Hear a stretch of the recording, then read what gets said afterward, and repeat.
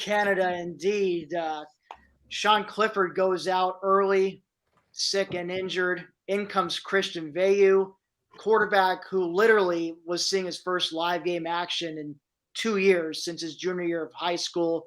But no matter, he goes on to throw a hat trick of touchdowns and ultimately help lead Penn State to a comfortable 28-zip win over Rutgers. Once again, Tim Aiden from Black Shoe Diaries, joined by my BSD colleague, Marty Leap. Marty, how are we feeling? Yeah, we're feeling pretty good. It's nice to be doing one of these after a win again. We haven't had too many of them down the stretch this season, but no, I mean, it was a good day for Penn State. A great day, obviously, for Christian Veilleux, and not just for Veilleux, but as we'll get into, the entire Canadian contingency on this roster, which for those of you who may not know and are about to find out, there are a lot more Canadian players on Penn State's roster than you probably think. Indeed.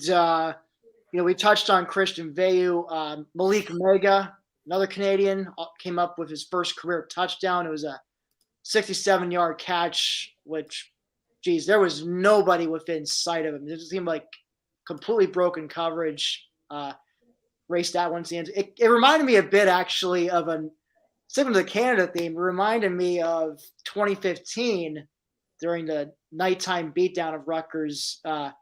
Akeel Lynch, just the parting of the seas, runs like 75 yards untouched to the end zone right before halftime, and that kind of sealed the game there. So that it felt reminiscent of that in a way. And another Canadian, John Sutherland, a guy who's been much maligned by the fan base over the years. In his final game at Beaver Stadium, comes up with an interception late in the game. So good on him. But, I guess going back to Veilleux, as I mentioned before, it's his first kid didn't play any live game action his senior year of high school because of COVID. The school that he played at, he played his high school ball in the U.S. actually at a school near me, and it's in the Bullis School in Potomac, Maryland. But Bullis School canceled their season in 2020, so Veilleux decided to go back to Canada and just train up there while he prepared to come to Penn State. Marty, would you say you were very pleasantly surprised by how he looked out there? I mean, especially because, obviously Cliff didn't look anywhere near 100%. Something definitely reverted to the bad Cliff that, we got to know all too well the previous couple years. But, even the most optimistic Penn State fan probably didn't see Veilleux putting up stats like you can see running along the bottom line there. 235 yards passing on a 15 to 24 passing attempts, 3 touchdowns, no interceptions. Yeah, I mean, Veilleux is a quarterback in high school I was very high on.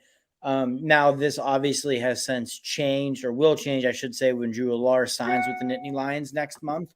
But I thought at the time that Veilleux was signed, he was the most just gifted quarterback and talented passer, best tools, however you want to put it, of any quarterback the Nittany Lions had signed since James Franklin became head coach.